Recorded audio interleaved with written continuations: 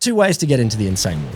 One, I could feign insanity at the house of my friends and get myself committed on the decision of two competent physicians. Or I could go to my own goal by way of the police. She went with B, didn't she? She went with B. Because you would. She went with B. Because it's guaranteed to be horrifying. There's more to write about. You know it. And, well, she said straight away, I didn't want to inflict this on my friends. Could imagine your friends would say, no, Nellie. No, I don't want my friends to feel uncomfortable. I'm going to get the police to brutalise me into a loony bin.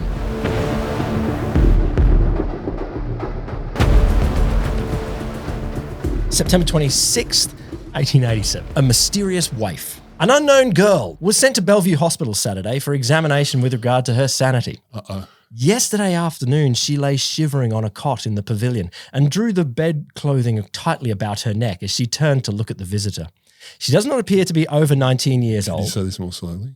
And gives both in speech and manner of good breeding. Her features are regular and comely, the eyes being large and dark, the forehead broad and low, the nose straight, the mouth and chin well-shaped, and the hair dark brown. The forehead broad and low. So saying, I'm hearing Neanderthal. No, they were saying she was pretty hot. Like I think they're saying she's pretty hot. Also, I love the word comely. Yes. We don't use that enough. Bored. What does she look like? They used it too much. Comely. They used it too much. Comely. This is weird because this is page 8 of the newspaper. Anyway, below medium height and decidedly slight. Below medium height and decidedly slight. Yeah. Her face was almost haggard in its paleness, and there was a wild, haunted look in her eyes.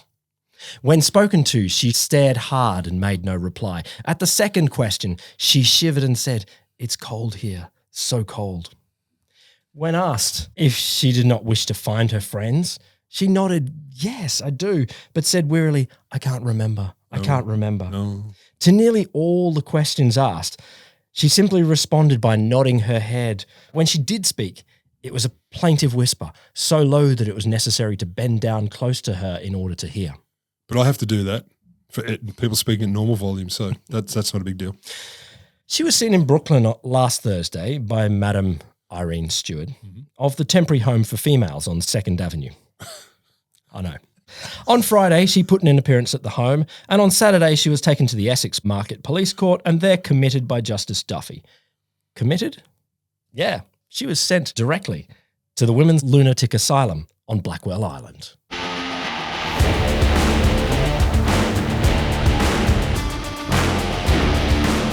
Welcome to The Wholesome Show. The podcast that goes undercover into the whole of science. Yes, we do. What covers do we wear, though?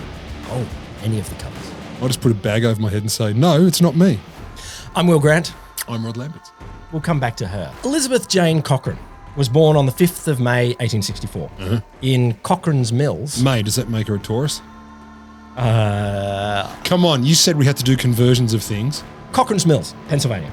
She was the 13th daughter of the local mill owner, postmaster, associate justice, guy who the town was named after. 13th daughter. 13th daughter. She got a nickname when she was young, Pinky or Pink, because she wore a lot of pink. That was my second guess.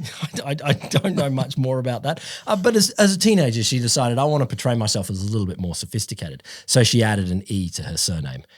But kept wearing pink all the time. I think so. Her story really kicks off in 1885 when her local newspaper pissed her off.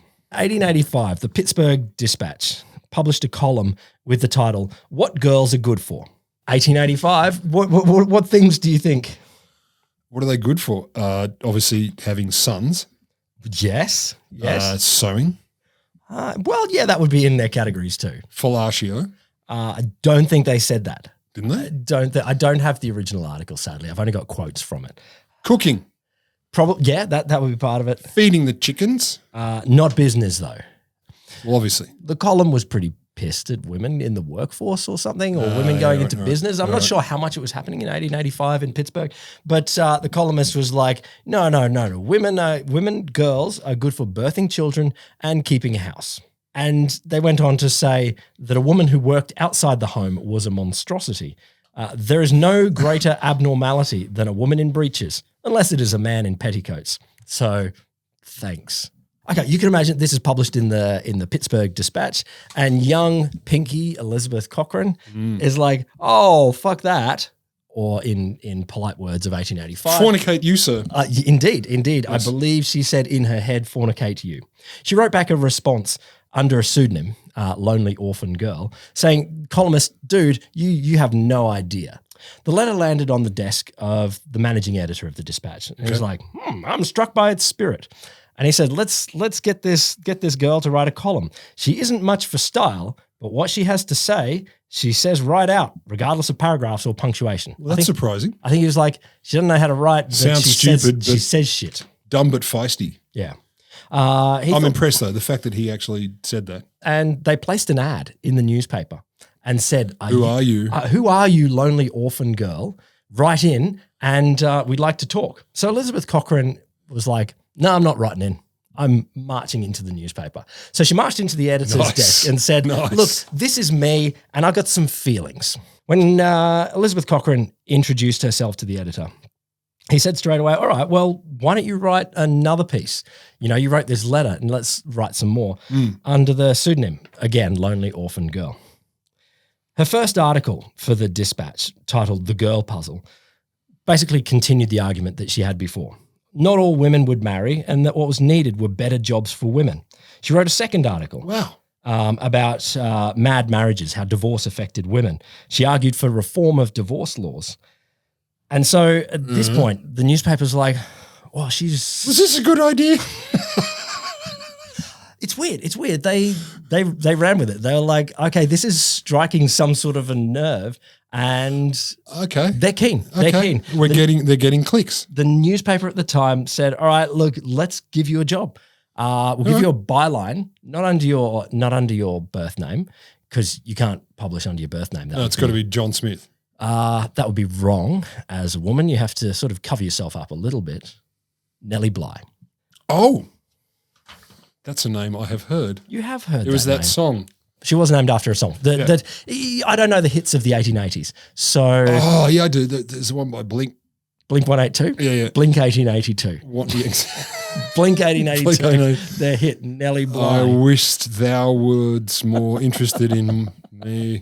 And she worked on a series of articles investigating the lives of working women for the Pittsburgh Dispatch. This is, I've got to say, sticking around aside, phenomenal. Like, that's phenomenal. I was going to say, Nellie Bly, phenomenal. So, she focused on the lives of working women, and she did a series of investigative articles on women factory workers at the time in Pittsburgh. Pittsburgh was a very working town at the time, like lots of factories. Industrial city. Industrial city and stuff like that. But, you can guess. The newspaper got some complaints from the factory owners. Did they now? Saying, no, you can't cover these stories. These are stories that shouldn't be covered.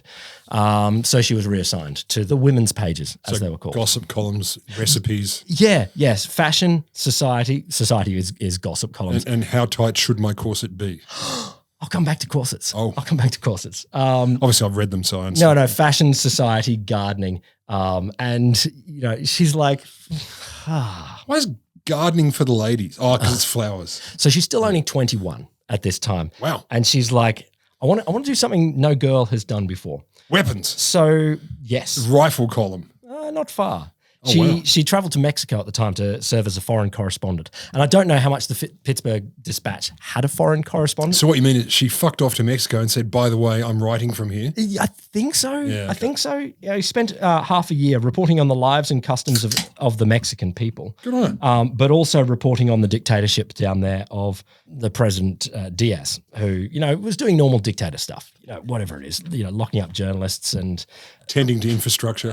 Tyrannical czar. Anyway, so she covered this terrible regime in Mexico. 6 months, they threatened her with arrest in Mexico. And she's like, all right, I'm bugging out. I'm going back to Pittsburgh. And when she got back there, they were like, yeah, that was nice. She published a book on her story in Mexico, but you're back to the gardening pages. Can you imagine? Yeah. So she's at 6 months, did you say? Yeah. So she's a 21-year-old foreign correspondent covering a dictator. This is 1885. I'm trying to imagine 21-year-old woman, anyone, but 21-year-old woman doing that now. Yeah, Nellie Bly. Wow. Nellie Bly is a person that you just think, no, well, she didn't waste her time. Well done, champ. She came back and they said, okay, now you can have the theatre and the arts beat. Love the theatre and the arts beat. It was not in her soul. She wanted something more. So she left the Pittsburgh Dispatch to try and make her way in the big city, in New York City. But they didn't want to employ her. Of course not. They're like, women journalists, what are you talking about? That's yes in the fashion pages, but not They also, else. why would we don't want to hire you because you've done stuff. Now the next bit, I don't quite know how happened, but she had 4 months worth of rejections. She knocked on the door of every newspaper she could find. How many were there? There were a lot more newspapers back then. There were quite a lot. But she talked her way into the offices of Joseph Pulitzer's newspaper, the New York World. Pulitzer, that name rings a bell. Yeah. From this point on, I can quote from Nellie Bly's story here, which was published later under the headline, 10 Days in a Madhouse, or Nellie Bly's Experience on Blackwell Island, feigning insanity in order to reveal asylum horrors, the trying ordeal of the New York World girls correspondent. The book. I turn to the front, and it's brought to you by Madame Mora's Corsets. Why are they a marvel of comfort and elegance? And it's got like the front page, and then it's got a picture there right in the front page of this is you in your corset. And To be fair, that is a marvel. why are you so comfortable in here? And by comfortable, I mean, why haven't you passed out yet? I don't know how they came up with the idea. I don't know if Nellie came up with the idea or the editor came up with the idea, but they said, How about a loony bin? how about you go undercover in a loony bin? So that's what Nellie did. What? And can you imagine going, can you guarantee I'll get out? And, yep, Yeah, absolutely. I'll read that bit. Absolutely, I we'll will get you read out. that Yeah, we'll get you out. It'll be fine. It'll be fine. There are a bunch of times where she knew that the women that are alongside her on the boat or the carriage or walking through into the asylum, it was a life sentence. You ain't leaving. Yeah. Like you are not leaving, and just the callousness of the doctors around who are like, no, you're insane, you're insane, you're insane, you're insane. Oh, you're all right, you're insane, you're insane, you're insane, and bye bye forever. Chapter 1. Fuck, that's scary. A delicate mission. 22nd of September, I was asked by the World, New York World. Oh, so that's a big I know, call. I know, that's what. If I could have myself committed to one of the asylums for the insane in New York, with a view to writing a plain and unvarnished narrative of the treatment of the patients therein and the methods of management, etc. Wow. Did I think I had the courage to go through such an ordeal as the mission would demand? Could I assume the characteristics of insanity to such a degree that I could pass the doctors, live for a week among the insane without the authorities there finding out that I was only among them taking notes? A tourist. Yeah, that's it. I believed I could. I had some faith in my own ability as an actress and thought I could assume insanity long enough to accomplish any mission entrusted to me. Well, anyone reading this at the time is going, well, you're a lady. Of course you could pretend to be insane because all ladies are insane. Yes. I'm very worried for her right now. This is the editor. We do not ask you go there for the purpose of making sensational revelations. Write up things as you find them, good or bad. Give praise or blame as you think best, and the truth all the time. But I'm afraid that chronic smile of yours, I will smile no more, said Nellie. It's the reverse of advice women get today. You should smile more. Well, she's going to asylum. I'm the Attorney General of one of the biggest countries in the world. Why don't you smile more? There is a bit where she feels she's nearly caught out by her smile. Well, by laughter. Well, if it's an insane cackle, she'd be fine. Bly had one question of her editor. How will you get me out? And his confident reply straight away, I do not know. No. He did say, I do not know, but we will. But it was. Oh, don't know, but don't worry, but sweetheart. we will. It'll be fine. All the preliminary preparations for my ordeal were left to be planned by myself. Only one thing was decided upon, namely that I should pass under the pseudonym of Nellie Brown rather than Nellie Bly. The reasons were that all of my linen, like my underpants, NB, would have the initials NB. 2 ways to get into the insane ward. One, I could feign insanity at the house of my friends and get myself committed on the decision of some 2 competent physicians. Or I could go to my own goal by way of the police. She went with B, didn't she? She went with B. Because you would. She went with B. It's guaranteed to be horrifying. There's more to write about.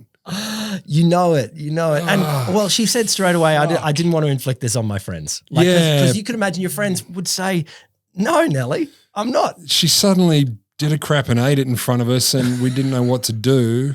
So we had her committed for forever to be brutalized. No. No, I don't want my friends to feel uncomfortable. I'm going to get the police to brutalize me into a loony bin. So the first thing that Nellie does is that she needed to practice being insane. And her book came with illustrations and it's just beautiful. Nellie practices insanity at home. She's grabbing her fringe. Yeah, she's kind of grabbing her fringe. And touching the mirror. And she's looking in the mirror and sort of grabbing her fringe. Look, I'm crazy. My apologies in all of this. There is a lot of uses of terms that are not up to common parlance. And her description of mental ill health is very excited right now. Not what we would see in 2023. But no. History rocks. History's great. But she says, okay, I've got to practice. What a difficult task, I thought, to appear before a crowd of people and convince them that I was insane. I had never been near insane persons before in my life and had not the faintest idea of what their actions were like. And then to be examined by a number of learned physicians who make insanity a speciality. So how do I convince them that I am crazy? My problem with that is the examinations, I'm going to guess, weren't just psychological. Anyway, carry on. I began to think my task a hopeless one, but it had to be done. So I flew to the mirror and examined my face. I remembered all I had read of the doings of crazy people, how first of all they have staring eyes. And so I opened mine as wide as possible, and stared unblinkingly at my own reflection. I assure you the sight was not reassuring, even to myself, especially in the dead of light. Between times, practicing before the mirror and picturing my future as a lunatic, I read snatches of improbable and possible ghost stories so that when dawn came to chase away the night, I felt that I was in a mood for my mission. So she read herself a bunch of ghost stories. Spooked herself. She spooked herself. So she looked herself in the mirror, tried to look crazy, and read some ghost stories. And then watched, was it Paranormal Activities 1 to 3? Have you watched those movies? No, I don't want to watch them. Scare the living piss out of me. No. Very simple. I don't want to. Scariest scene in a horror movie, and The Exorcist is good, but this one, literally there's a woman in one of the movies, she's sitting in her kitchen in the middle of the day, and suddenly there's a bang, and every drawer and cupboard opens instantly. That's it. And that to me... Poltergeists are low down in my level of ghost that I want. Casper the Friendly Ghost, all other ghosts. Poltergeist, yeah. So that's what she did. She was like, imagine some ghost stories and shit. And you look wild-eyed. Horrifying, yeah. And she stayed up late, and so she looked a bit drawn. And then she said goodbye to, the normal world. The normal world. Oh, fuck. Tenderly, I put my toothbrush aside, and when taking a final rub of the soap, I murmured, it may be for days, it may be for longer. So she thought, okay, I need to sort of go undercover into my journey. And the way to do it is to go sort of anonymously out into the world and places where people might say, hey, you're a little bit crazy. So she said, I'll don my old clothes and I'll go find, a temporary home for females. It's a boarding house. So basically it's a place where a lot of women would live, poorer women. Yep. And she could turn up on their door and they might say, something, depending on her behaviour. Yeah, okay. So she went to that temporary home for females on 2nd Avenue that was mentioned in the New York Times article. We all know the one. I'm still baffled by the fact that there was a New York Times article about this while it was happening. So the New York Times article they quoted at the beginning, long before the book, days before the book. Yeah. Okay. So there's things going on. Yeah. I was left to begin my career as Nellie Brown, the insane girl. As I walked down the avenue, I tried to assume the look which maidens wear in pictures entitled Dreaming and Far Away. So she sort of just looked a bit... wistful. Wistful. I think that's what... I passed through the little paved entrance to the home. I pulled the bell, which sounded loud enough for the church chime, and nervously waited upon the opening of the door to the home. The door was thrown open, and a short yellow-haired girl of some 13 summers stood before me. Is the matron in? I asked, faintly. She talks to the matron. I want to stay here for a few days if you can accommodate me. And she's putting on this affected sort of various version of can you see me as insane? Yeah. The matron says, look, we're full up, but you can go in a room with another girl if you want. I shall be glad of that. So she asked, how much for lodgings? And the matron says, we charge 30 cents a night. At this point, Nellie is thinking, that's good. I've got 70 cents and I want to use through my money so that then they've got to move me on. She starts going, okay, how do I pretend to be insane? So she keeps this sort of wistful look and she's haggard and looking a bit weird. Toothbrush in the bum. No toothbrush in the bum. It would have been more effective. And the matron said, what's wrong with you? Have you some sorrow or trouble? No, I said, almost stunned at the suggestion. Why? I'm fine. Oh, because I can see it in your face. It tells the story of a great trouble. And then Nellie goes, oh, I've got to get into the bit. Yeah. Yes, everything is so sad, I said in a haphazard way to reflect my craziness. What she wanted to do is make everyone else a bit stressed there. And she says, yes, everyone else looks crazy here and I am afraid of them. There are so many crazy people about, and one can never tell what they will do. Then there are so many murders committed, and the police never catch the murderers. Oh. So, and I finished with a sob that would have broken up an audience of blasé critics. So she's saying, I'm getting some good acting here. I'm accusing everyone of being crazy. And I start sobbing and freaking out. Yeah, I think so. Cut myself, head butted something, boom. People start in the boarding house start going, okay, well, why is she accusing us of being crazy? Maybe she is crazy. That was her game. That was her game. They said, and so the matron says, love, come on, you finished your dinner, let's go to bed. And she says, can I just sit on the stairs? And they literally say, no, that will make everyone think you're crazy. So if you sit on the stairs, that is too much. That is the— Thank you. Got it. Come on. All this other shit, I just got to sit on the stairs instead of going to bed. Okay. Fucking loony. And at this point, everyone starts to think she's crazy just because she's accusing them and she's doing slightly sort of, knaffish sort of behavior. Your language is a little bit weird and then you say you're nuts. Yeah, that's it. Poor Loon, they said. Why, she's crazy enough. I'm afraid to stay with such a crazy being in the house. She'll murder us all before morning. And it's hard to, That's a big leap. They've really dialed it up. Apparently in the night, one of the other women screamed out, had a nightmare and thought that Nellie was going to murder her with a knife. So I don't know what level of performance she was doing that was, I'm crazy, but… or she was surrounded by crazy people. She was the only sane one. I don't know. Anyway, in the morning, the matron says, look, please, we don't really want you around here. Off you pop. She refuses to go and the matron says, all right, we're going to get the cops. And Nellie is like, this is it, game on, this is what I want. And so it's a good day at the office. And so the cops come in. They've been summoned by the matron. The cops come in and they're like, all right, time to go, love. And they've been told there's a crazy person here. So they brought the sensitive female officer that doesn't exist? No. Yeah, they've brought they literally said the big tough men who are expecting a fight. But Nellie pretended not to see them. I want you to take her quietly, said the matron. If she don't come quietly, responded one of the men, I'll drag her through the streets. Anyway. Good cop. Yeah. Good cop. They dragged her down to the Essex Market Police Court.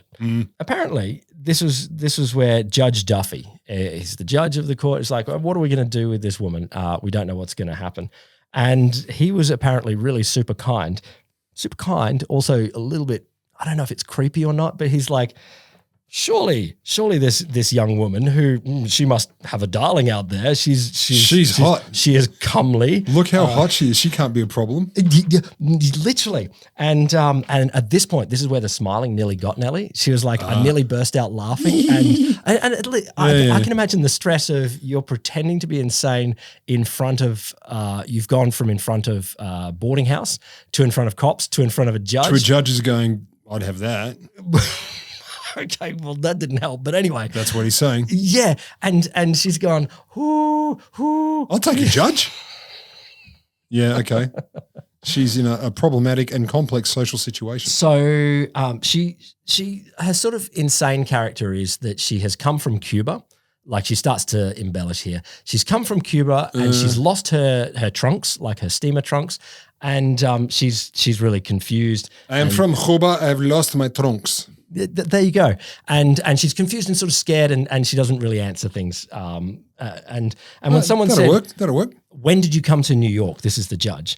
I did not come to New York, I replied.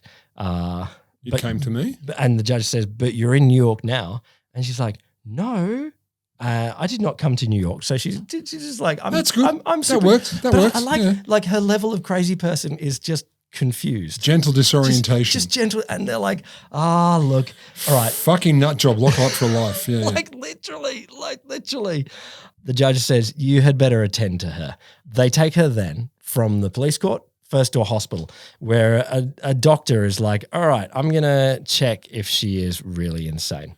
It starts with full nudity because that's how they were. No, it starts with, let's have a look at your tongue. And he holds a micro spasmosmoscope. Not even like it's a magnifying glass. Magnifying looking in her eyes and a tongue depressor. And she decides at this point, I'm not going to blink, and that will trick him. Yeah. And she holds that sort of, I don't know where my trunks are, and he's like, no, that's it. She's positively demented. Fucking nutcase. She might be a danger to this whole continent. I consider it to be a hopeless case. She needs to be put to where someone will take care of her. Oh, my God. I looked at her eyes. She didn't blink. Chick's crazy, going to kill people. The willingness, For life. the willingness of – and I get part of the medical justice system is based on people not trying to trick them, you know. Nonetheless. This is not a big effort. Like her level of – she's half wistful. I'm a bit confused. And I don't blink enough. And I don't blink enough. And they've gone, well, we better condemn Lock her her up for life. Yeah, maybe cut one of her feet off too, just in case. Say, like the women's lunatic asylum. It was a nice place. It's a fucking ghost hospital. It had a pool. So another doctor comes and examines and fucking hopeless case. Obviously. Look, I've looked at one of her eyes. Under magnification, I might add. Then, asked if she had any home or friends or lovers that might take care of me. He made me stretch out my arms and move my fingers. Proof positive. And then said, she's hopeless. Fuck.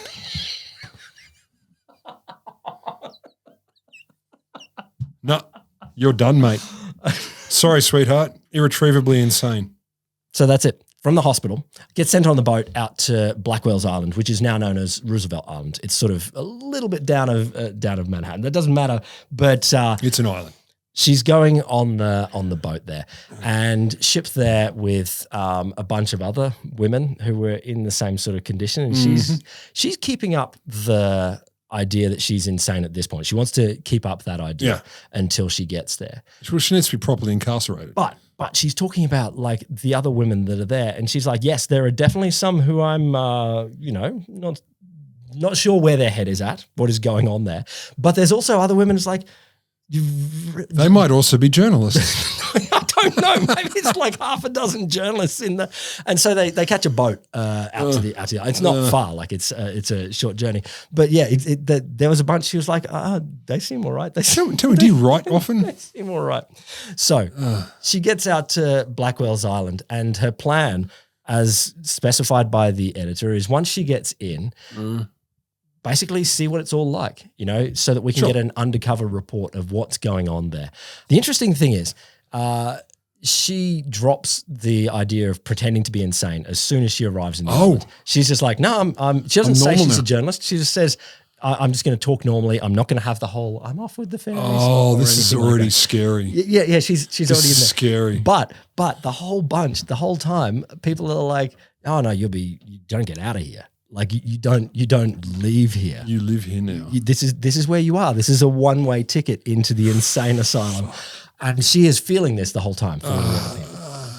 So she spends a bit of time on the women's lunatic asylum on Blackwell's Island, and what she says is confined most probably for life behind asylum bars without even being told why or where you're going, compared with a criminal who's given every chance to prove their innocence and know where they're up to. People are just shipped off. So she goes through and she's like, I want to describe what the conditions are. What do you reckon the food was like? Great. So there was a lot of potatoes and all she boiled. said. Everything boiled. She said it felt like it could have been cooked a week ago. The temperature, it was freezing cold. Terrible tea that felt like it had been boiled in copper or something like that. Stewed and Meow. Rancid butter, so they'd have bread and butter, but no one there could eat the butter. They'd like, I wish we could have bread with just the bread because the butter is 9 months old. And then everyone had heaps of little piles of prunes, which to me is like Pooing's important. We've discussed this. Pooing's important, but the thing is, there was all served up in a way that was like the people running the asylum didn't really care. It's willful. And so they would put them on the table and, you know, they'd give it to different people and other inmates would just be grabbing. And so someone's grabbing all of her prunes and she's like, where's my prunes? And grabbing all of her bread and butter. And someone's like, would you like my tea? And she's like, no, I don't want No, the but tea. you got any prunes? I love prunes. And from everything you've described, I'll take the prunes. I will take the prunes, absolutely. Bath time. What do you think bath time was like? Oh, goody. Well, I'm thinking it's communal, and the water doesn't go above whatever the ambient temperature is. Yeah, it was definitely not above. Yeah, and when she was there, I don't have the month, but I think it was a cold month. Cool. I'm guessing also the only way you can have a bath is with vigorous assistance. Okay. But what you aren't guessing is who the vigorous assistant is. So Definitely male. No. Oh, I'm disappointed. No. So it seemed to be bath time like it was a bath. Like, But if you don't bath with your head underwater a lot, it was one at a time. Each person's getting into the bath. dunking, the water come in this dunking. But I think they got some of the other inmates to do the washing. They're like, okay, bath time. that bit's clean now. Take your clothes off. And she's like, Janelle's going to help you. And she takes her clothes off down to her underpants or I don't whatever they are. whatever 1885. The Unterblumen. Underlunen. And they say, no, you got to take it all off. And she's like, but that's got my initials But on it. I need to shave my thighs. So she takes it all off and gets into this bath. And then she is described being scrubbed by the crazy woman. This is unfair. is not a good word because that involves abrasion. Well, she literally says, the crazy woman began to scrub me. I can find no other word that will express it but scrubbing. From a small tin pan, she took some soft soap and rubbed it all over me, even all over my face and my pretty hair. Scrub is a very strong word. I was at last past seeing or speaking, although I had begged that my hair be left untouched. Rub, rub, rub, went the old woman, chattering to herself. Oh, she's old and crazy. Okay, good to know. My teeth chattered and my limbs were goose-fleshed and blue with cold. Suddenly I got, one after the other, 3 buckets of water over my head, ice-cold water too, into my eyes, my ears, my nose, my mouth. I think I experienced some of the sensations of a drowning person as they dragged me, gasping and shivering and quaking from the tub. For once I did look insane. Because she'd been waterboarded. Yeah, this is the interesting thing. The point of Nellie's investigation here is to show what conditions are like and to remember that there were, many decades after this and perhaps still now, people with diminished capacity treated in ways that are not human. And she's like, I'm going through this process and my God, they brutalized me. It was just horrible. Well, they touched her pretty hair.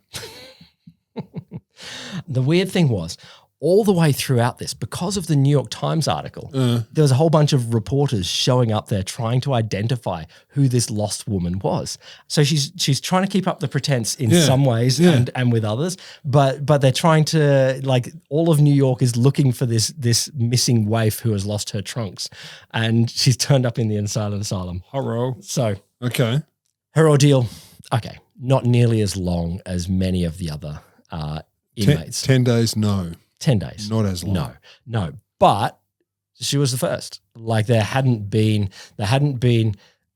investigative journalists going into and doing something like that. There hadn't been encounters, people covering this kind of thing. So she opened up a window. The New York World, her editors, Joseph Pulitzer's paper, they did organize for her to be released. They, from the outside, said, this lady is one of our reporters. We fucking with you. Yeah, we don't worry about it. He's a joke. He's one of ours. He's a joke. Look at her. She's obviously not crazy. But the thing that she said is, from the moment I entered the insane ward on the island, I made no attempt to keep up the assumed role of being insane. Yeah, that's just the way interesting. But all the way through, they're just like, no, you're nuts. You're here. You're here. You must be nuts. And the more sanely I talked and acted, the crazier I was thought to be by all except one physician. So she's going, no, I'm sane here. Hey, champ, fine. And they're like, nah. That's just proof. Nah, we got you. It was a sensation. throughout New York, but throughout America and had ripples around the world. Straight away, people are like, whoa, this is undercover reporting of practices within insane asylums. And look, it didn't change them. Like that for a long time, they were still terrible. Nellie Bly got the governors in New York to invest, I think, something like $1 million in improving conditions there. Yeah. But it opened up the idea that, hang on, we've got to do things maybe a bit this better. isn't perfect. But the other thing that Nellie Bly did is, in some ways, invent the idea of undercover journalism. And at its time, it was called the stunt girl journalism. Well, at least it's diminishing. Yeah, it was. It was. What happens when a guy does it? Well, Nellie, after she came out, when a guy does it, it's more serious. I bet it ain't Stunt Boy. But she went and did an investigation of how it feels to be a white slave. So that So that was in a box making factory or something like that. Another book, Visiting the Dispensaries. Nellie Bly narrowly escapes having her tonsils amputated. That's funny language. I know.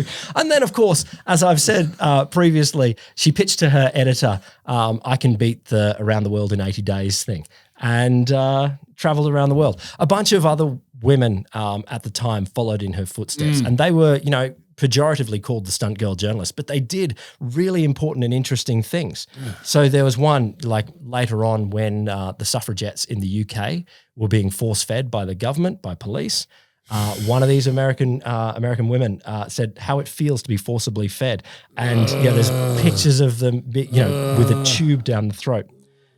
Hats off to Nellie Bly. This idea of, no, you can get good stories. You can get good stories by going and seeing the parts of the world that look like this. And the idea of uncovering what it looked like in a madhouse in 1885. Oh, God. Doing it as a woman, I mean, that is beyond. Like, it's one doing it as a guy at all, crazy. Like, that's amazing. But doing it as a woman, incomprehensible. Yeah. If there's anyone who knows it, it's two white guys. No, I know. But it's true. Like it's insane. But it's absolutely a trope of how sexual violence within these sorts of facilities. Could you imagine? Like Look, the I bravery can, but I of don't doing- like to. Yeah.